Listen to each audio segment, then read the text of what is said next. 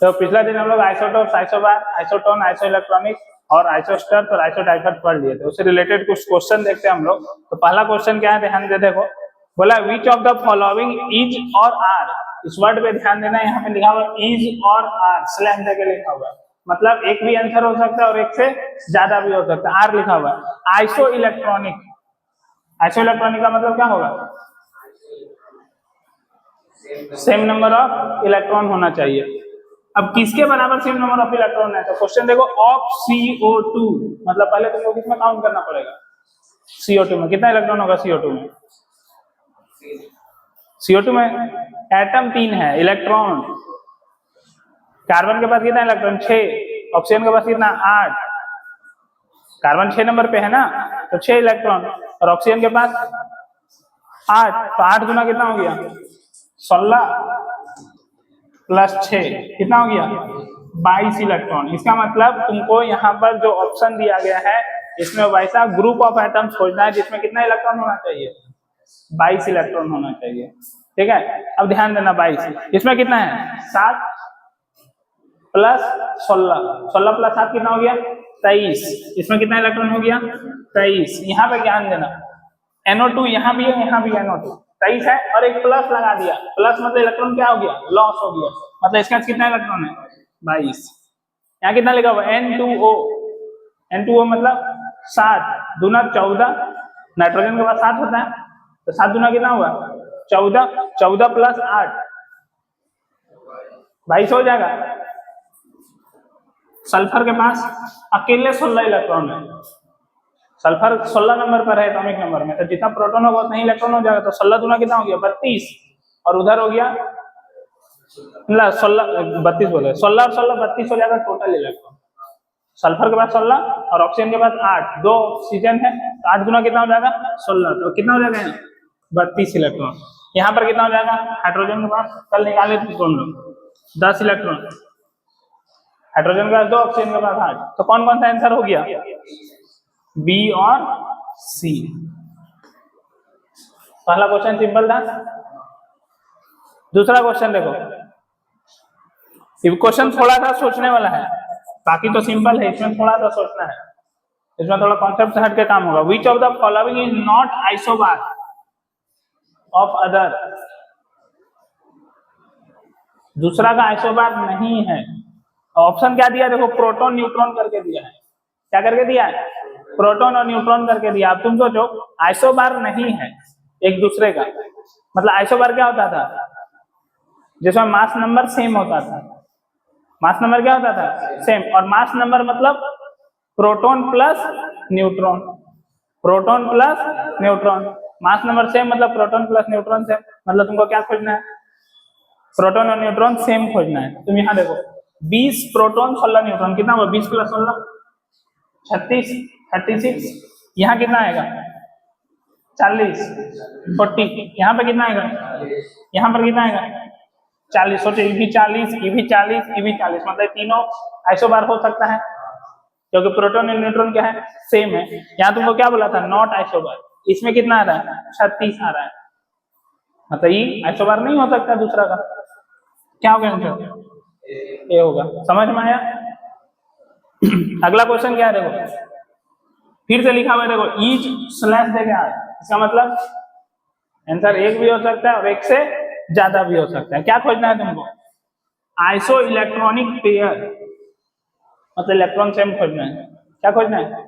Iso electronic pair मतलब electron same खोजना है। अब इलेक्ट्रॉन खोजते हैं यहाँ पे, कार्बन के पास 6 और हाइड्रोजन के पास 1, तो 4 वो है, तो 6 प्लस 4 हो गया 10। इसके पास है 10 इलेक्ट्रॉन। अगला वाला के पास 7 4 11 और एक लॉस हो गया, तो कितना इलेक्ट्रॉन हो गया? 10। तो ये तो होगा ही होगा। आगे बढ़ता है। कैल्शियम कितना नंबर पर होता है? 2 प्लस है, मतलब 2 इलेक्ट्रॉन का क्या हो गया? लॉस हो गया। तो 20 में 2 गया तो कितना बचा? 18। फास्फोरस कितना नंबर पर होता है? 15। उसमें 3 आया तो 15 3 कितना हो गया? 18। फास्फोरस 15 नंबर पर होता है, काउंट करेंगे तो सिलिकॉन के बाद आता है फास्फोरस, तो 15 और 3 18, मतलब ये भी होगा। आगे बढ़ते हैं हम लोग। हाइड्रोजन का कितना? 2। हाइड्रोजन कितना? सल्फर के पास 16, फास्फोरस के बाद सल्फर है, तो 16 + 2 कितना हो गया 18। इसमें कितना हो गया हाइड्रोजन का 1 और क्लोरीन का 17 1 18, ये भी हो गया। इसमें 18 अभी काउंट किए थे और आर्गन कितना नंबर पर है 18 नंबर पर है, ये भी 18, मतलब इसका आंसर क्या हो गया सब हो गया। ए भी होगा, बी भी होगा, सी भी होगा और डी भी होगा, सब एक दूसरे का। देखो इसमें भी 10 इसमें भी 10, ये पेयर हुआ, पेयर बोला है आइसो इलेक्ट्रॉनिक पेयर, ये भी पेयर में था, ये भी पेयर में था, ये भी पेयर में था, चारों आंसर हो जाएगा इसका। समझ में आ गया ना। आगे देखो, which of the following is isosters, बताओ आइसोस्टर्स किसको बोलते हैं। आइसोस्टर्स मतलब क्या था, इलेक्ट्रॉन सेम होना चाहिए और एटम्स भी सेम होना चाहिए। अब ऑब्जेक्टिव क्वेश्चन है तो इलेक्ट्रॉन काउंट करने में थोड़ा ज्यादा समय लगेगा, तो पहले क्या काउंट कर लो, एटम काउंट कर लो, ज्यादा आसान हो जाएगा। कुछ ऑप्शन अपने आप क्या हो जाएगा रिजेक्ट हो जाएगा। तो पहले देखो एटम काउंट करते हैं, तो इसमें कितना है 3 और 1 4 और इसमें 5 है, खत्म हो गया ना। यहाँ कितना है 3 और यहाँ कितना है 4, ये भी खत्म। यहाँ पे कितना एटम्स है 4 और 1 5, इसमें भी है 4 1 5, इसमें भी है 3, इसमें भी है 3, मतलब ये दोनों हो सकता है। लेकिन तुम देखो ई रिजेक्ट हो जाएगा, क्यों रिजेक्ट हो जाएगा, क्योंकि H2 तो ठीक है, लेकिन यहाँ ऑक्सीजन और यहाँ क्या है सल्फर, ऑक्सीजन के पास 8 इलेक्ट्रॉन होगा, सल्फर बस कितना इलेक्ट्रॉन हो जाएगा 16, 8 इलेक्ट्रॉन ज्यादा हो गया, तो इलेक्ट्रॉन तो होगा नहीं, काउंट किए नहीं, फिर भी आंसर यही है। अभी वैसे काउंट किए थे इसको, यहाँ पे ध्यान दो 10 इलेक्ट्रॉन दोनों में था, इलेक्ट्रॉन सेम हुआ और एटम कितना है, इसमें भी 5 इसमें भी 5, हो गया आइसोस्टर। लिख लो जल्दी से।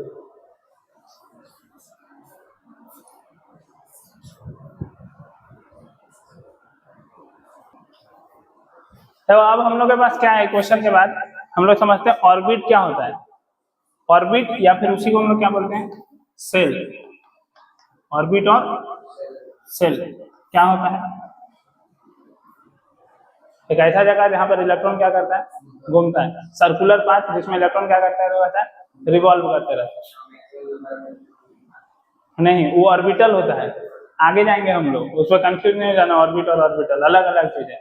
अभी हम लोग बात कर रहे हैं ऑर्बिट और सेल का, इसी को हम लोग क्या बोलते हैं एनर्जी स्टेट या फिर एनर्जी लेवल बोल सकते हैं।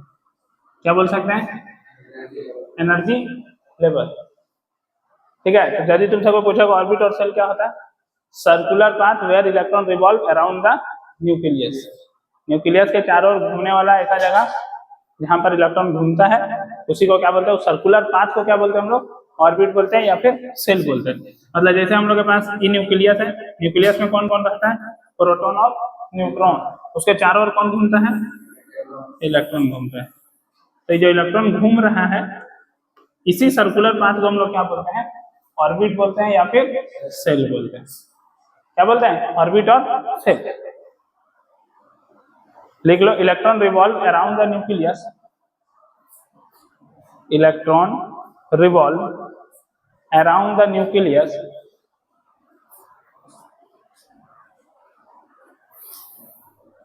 Electron revolve around the nucleus इन, अब यहां ध्यान देना इन लिखने के बाद स्पेस देना, उसके बाद लिखना डिफिनिट, एक साथ मत लिख देना। इन डिफिनिट सर्कुलर पाथ, डिफिनिट मतलब समझ में आ रहा है ना फिक्स, जहां पे बात कर रहे हैं। इनडिफिनिट मतलब फिक्स नहीं होगा, इसलिए इन और डिफिनिट अलग अलग लिखने बोले। Indefinite circular path, circular path, समझ में आ गया किसको बोलेंगे, इस सर्कुलर पाथ को क्या बोलेंगे हम लोग ऑर्बिट बोलेंगे या फिर सेल बोलेंगे। आगे लिख लो इज कॉल्ड, सर्कुलर पाथ के आगे इज कॉल्ड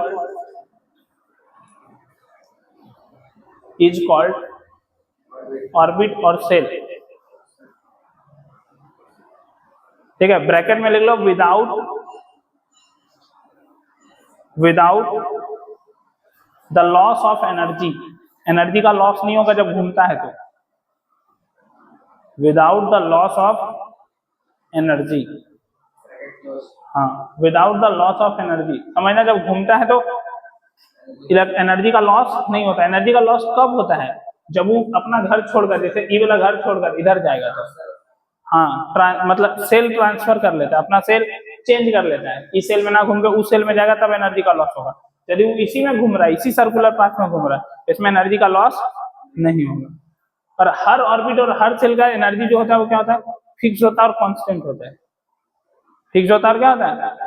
कांस्टेंट होता है। इसीलिए इसको क्या बोलते हैं? Energy level. तो उसके आगे देख लो, energy of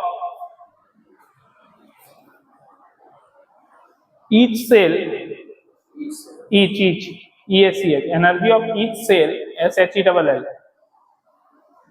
or orbit is constant, so it is called,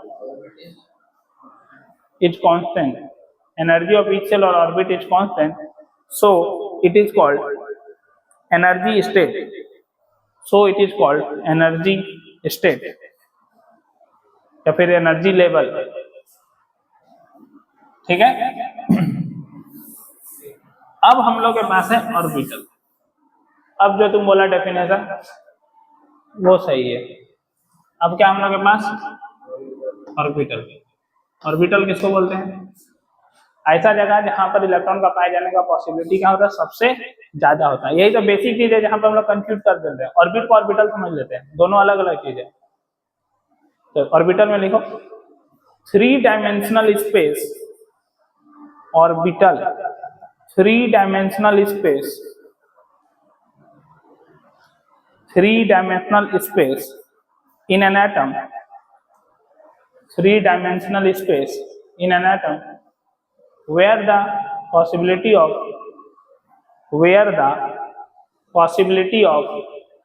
finding electron is maximum, finding electron is maximum, is called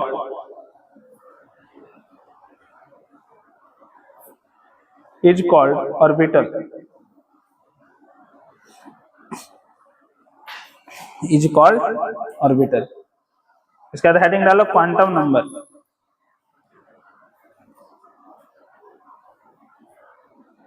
quantum number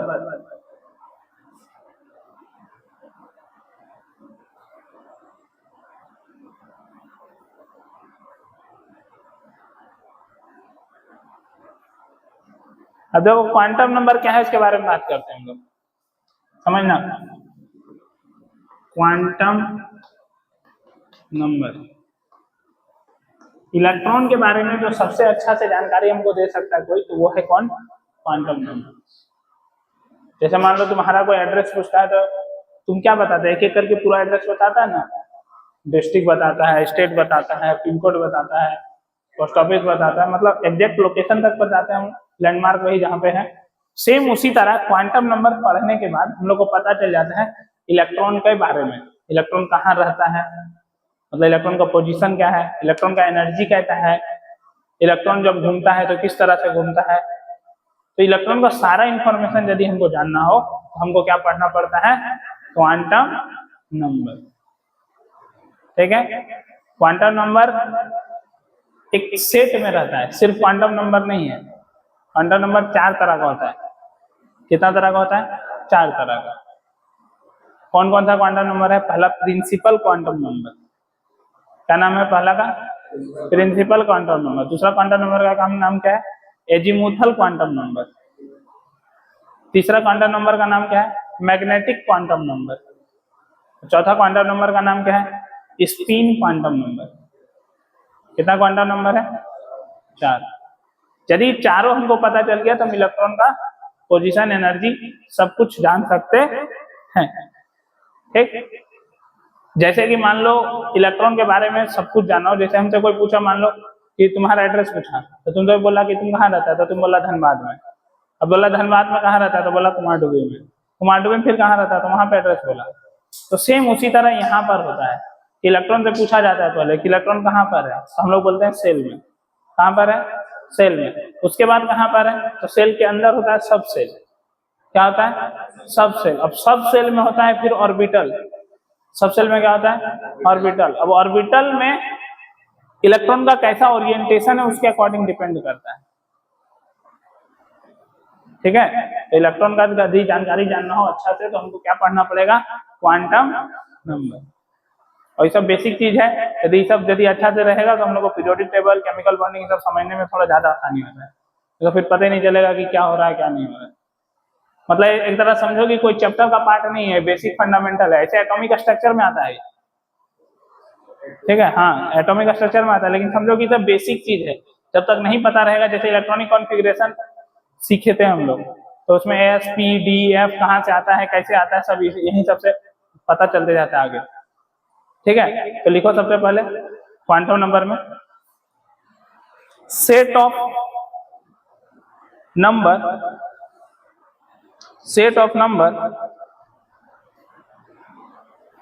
which used to describe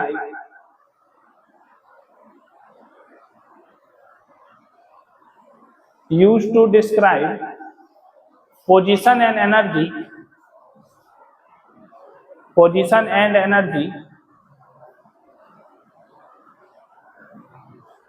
which used to describe position and energy of an electron are called quantum numbers.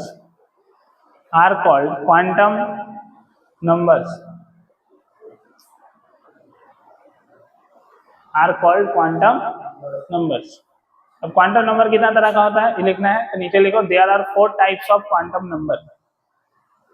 There are 4 types of quantum number. Quantum number कितना तरह का होगा? 4 तरह का होगा। कौन कौन quantum number? क्या क्या बोले? पहला प्रिंसिपल क्वांटम नंबर, दूसरा एजीमुथल ध्यान रखना, AZIMUTHL एजीमुथल क्वांटम नंबर। तीसरा क्या है? Magnetic quantum number. अगला क्या है तुम्हारा? Spin quantum number. मतलब 4 तरह का क्वांटम नंबर है। यदि चारों के बारे में यदि हम जान लेते हैं तो हमको इलेक्ट्रॉन के बारे में सारा चीज पता चल जाता है। तो इसका सिंबल क्या है ध्यान देना। प्रिंसिपल क्वांटम नंबर को हम लोग N से डिनोट करते हैं, एजीमुथल क्वांटम नंबर को L से डिनोट करते हैं। उसके बाद मैग्नेटिक क्वांटम नंबर है जिसको हम लोग M से डिनोट करते हैं, या फिर ध्यान देना ML भी लिख सकते हैं हम लोग, क्योंकि उसके अंदर का बात कर रहे हैं। तो M के जगह ML भी लिख सकते हैं, तो M भी लिख सकता है, कोई दिक्कत नहीं है। स्पिन क्वांटम नंबर की जगह सेम उसी तरह S भी यूज कर सकते हैं या फिर MS यूज कर सकते हैं, ठीक है। तो 4 तरह का क्वांटम नंबर है, नाम याद रखो। कौन कौन सा बोले? उच्चारण करते रहो तब याद होगा। Principal, azimuthal, magnetic, spin. Principal को किससे डिनोट करते हैं? N से। एजीमुथल को किससे डिनोट करते हैं? L से। मैग्नेटिक को किससे डिनोट करते हैं? M से। और स्पिन को S से या फिर MS। 4 तरह क्वांटम नंबर है जो इलेक्ट्रॉन के बारे में चारों जानकारी देते हैं, ठीक है। अब एक चीज और, ये जो N है इससे हम लोग आगे चलकर अभी लिखेंगे, सब यहीं पे लिख लो लगे। N से हमको सेल के बारे में पता चलेगा, L से हम सब सेल के बारे में पता कर सकते हैं, और M से ये वाला जो है इससे हम लोग ऑर्बिटल के बारे में पता कर सकते हैं। और ये इलेक्ट्रॉन का स्पिन बताएगा। इलेक्ट्रॉन का क्या बताएगा? स्पिन बताएगा। अभी चारों यदि लिखा हो गया तो लिखो पहला वाला प्रिंसिपल क्वांटम नंबर।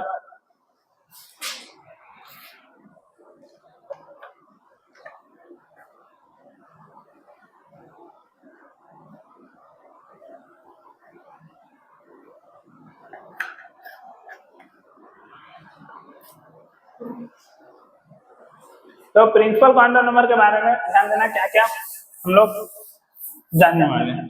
इसमें से हम लोग को कुछ पॉइंट पहले से पता है। Principal quantum number basically N के बारे में बताता है। N मतलब सेल। सबसे पहला पॉइंट लिख लो, it gives the information about shell. It gives the information about cell.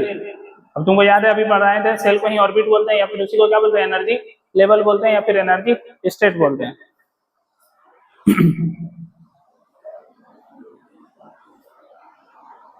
अच्छा एक चीज बताओ, सबसे पहला सेल कौन सा सेल है, किसी को याद है? के सेल है। मतलब यहाँ पे एक चीज ध्यान से समझना, ये है मेरा न्यूक्लियस, जहाँ पे रहता है प्रोटॉन और न्यूट्रॉन, इसके चारों ओर कौन घूमते रहता है? इलेक्ट्रॉन घूमते रहता है।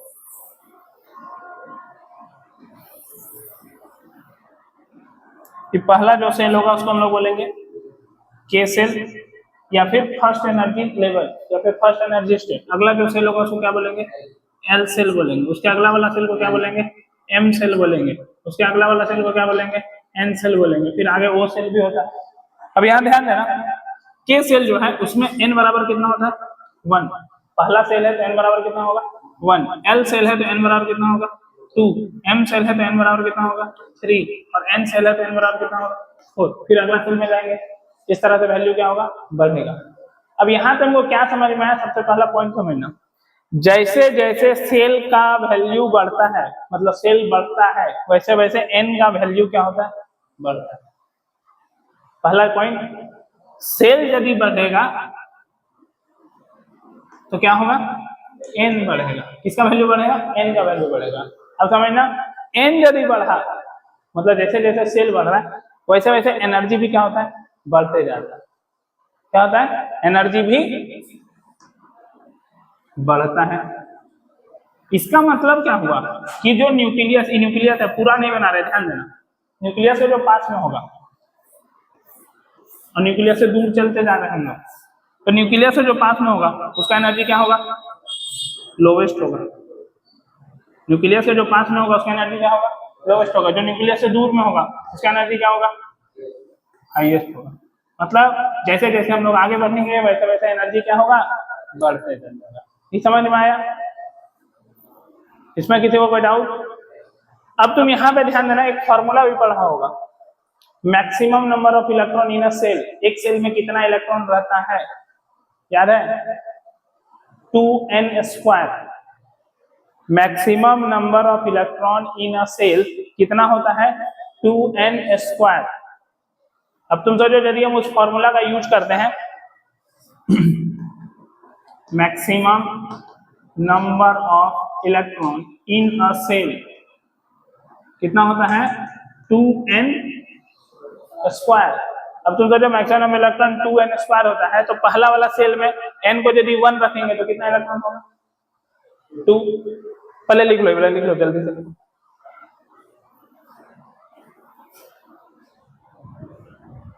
स्लाइड क्या जान कर रहा है?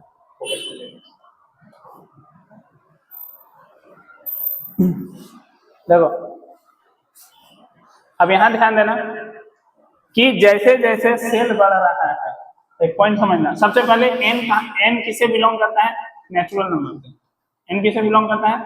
Natural number. मतलब n स्टार्ट कहां से हो रहा है? 1 से। कहां तक जा सकता है? इनफाइनाइट तक जा सकता है। कहां तक जा सकता है? इनफाइनाइट तक जा सकता है। दूसरा, देखो न्यूक्लियस से सेल का डिस्टेंस बढ़ने पर इसका जो रेडियस है वो क्या हो रहा है? बढ़ रहा है। हम लोग आगे पढ़ेंगे, अभी सिर्फ इतना जान लो कि n यदि बढ़ रहा है तो रेडियस बढ़ रहा है। ऐसे ये रिलेशन होता है, r is directly proportional to होता है n²/z। n पर डिपेंड करता है। तुमको साफ साफ दिख रहा होगा कि यदि n का स्क्वायर पे डिपेंड कर रहा है, मतलब n जैसे जैसे बढ़ेगा वैसे वैसे r क्या होगा? इंक्रीज करेगा। r क्या होगा? इंक्रीज करेगा। तो याद रखना, जैसे जैसे हम लोग सेल को बढ़ाते हैं, जैसे देखो n बराबर 1 था तो रेडियस इतना था, 2 हुआ तो इतना हुआ, 3 हुआ तो फिर 4 हुआ तो क्या हो रहा है? इंक्रीज कर रहा है। ये समझ में आ गया? अब इस फॉर्मूला के अकॉर्डिंग समझना कितना इलेक्ट्रॉन होगा। सबसे पहले हम बात करें के सेल का, इसमें कितना इलेक्ट्रॉन होगा? तुम सोचो, के सेल का बात कर रहे हैं, फॉर्मूला है 2n²। तो के सेल के लिए n बराबर कितना होता है? 1। तो 2 × 1 का स्क्वायर कितना होगा? 2 होगा। एल सेल के लिए बात करेंगे, n बराबर कितना हो जाएगा? 2। तो 2 × 2 का स्क्वायर कितना हो गया? 8। एम सेल n बराबर कितना? 3। तो 2 × 3 का स्क्वायर कितना हो गया? n सेल में जाएंगे, जेई में का क्वेश्चन है, पता है? ई वाला n सेल में n बराबर 4 में कितना इलेक्ट्रॉन होता है? बताइए, क्वेश्चन है, ऑप्शन दिया हुआ है 2, 8, 18, 32। 64 कैसे होगा? 2 इंटू 4 का स्क्वायर होगा ना, 32। रेनोलर 4 है, 4 का स्क्वायर इंटू 2 कितना होगा? 32। अगला वाला में कितना होगा? 2 इंटू 5 का स्क्वायर, 25 गुना कितना हो जाएगा? 50। समझ में आया? क्या क्या समझे? जैसे जैसे एन बढ़ेगा एनर्जी बढ़ेगा। एन किससे बिलोंग करेगा? नेचुरल नंबर से। एन बढ़ने से रेडियस भी क्या होगा? इंक्रीज करेगा। ठीक, लिख लो जल्दी से। प्रिंसिपल क्वांटम नंबर हो गया खत्म तुम्हारा। इतना ही चीज तुमको प्रिंसिपल क्वांटम नंबर में ध्यान रखना है।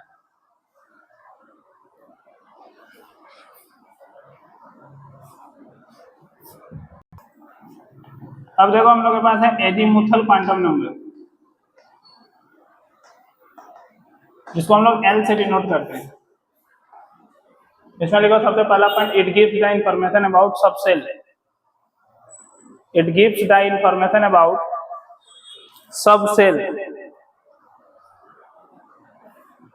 It gives the information about सब सेल।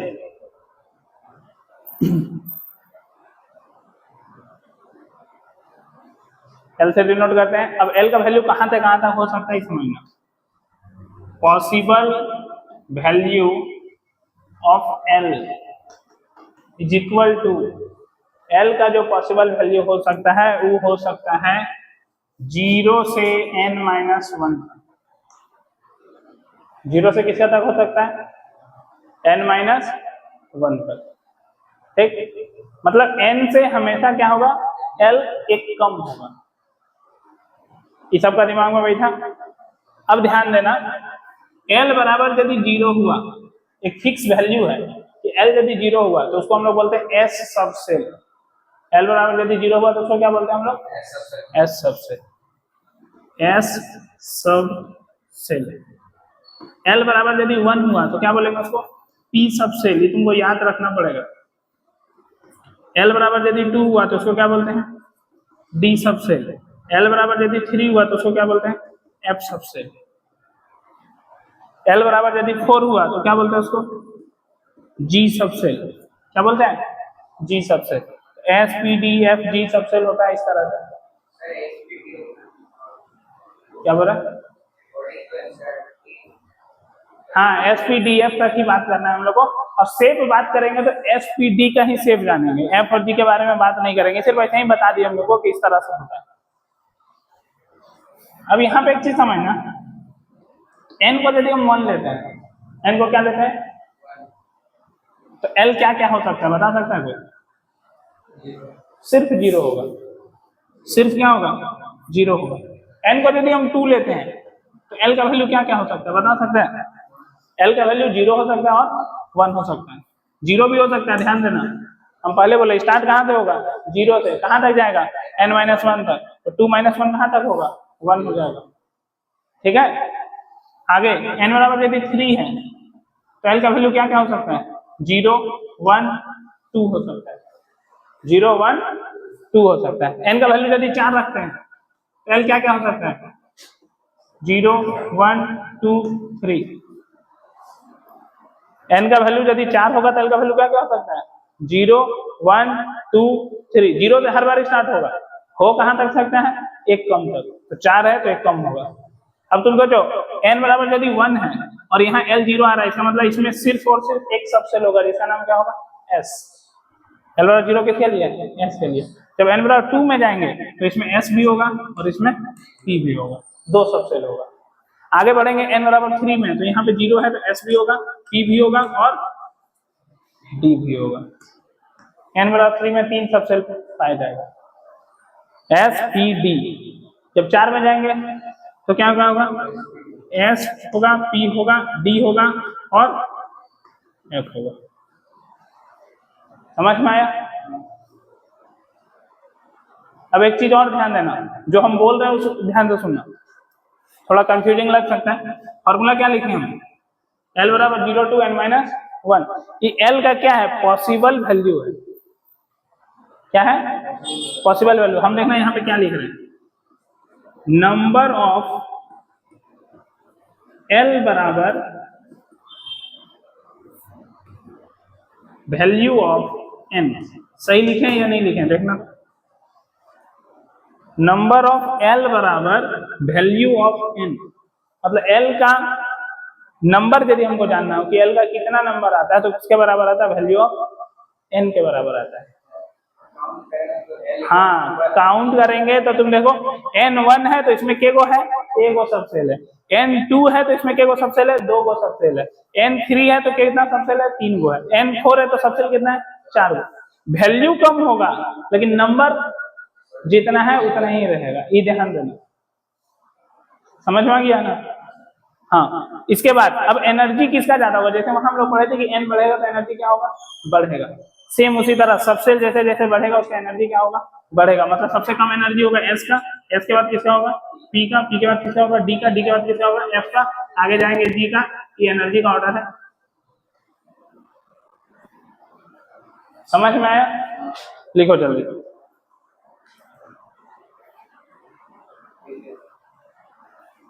लिख लिया? तो बस इतना ही धारा है जो एजीमुथल क्वांटम नंबर में हम लोग, ये दिमाग में बैठा लेना बढ़िया से। ये फिक्स होता है, 0 है तो एफ सबसेल होगा, 1 है तो पी, 2 है तो डी, L3 है तो एफ सबसेल। काम एफ तक ही है, जी ऐसे दे दिए मान लो। ऐसे कोई कॉम्पिटिटिव एग्जाम में कभी पूछ दिया तो अलग बात है। ये फॉर्मूला याद है ना, 0 से कहाँ तक होता है, n-1 तक होता है। एनर्जी किसका ज्यादा होगा, जैसे जैसे सबसेल बढ़ेगा वैसे वैसे एनर्जी क्या होगा, बढ़ते चल जाएगा। ठीक, तो हम लोग 2 क्वांटम नंबर पढ़ लिए, प्रिंसिपल क्वांटम नंबर और एजीमुथल क्वांटम नंबर। अब अगला दिन पढ़ेंगे मैग्नेटिक क्वांटम नंबर और स्पिन क्वांटम नंबर। यहाँ तक पढ़ के आना, ठीक है।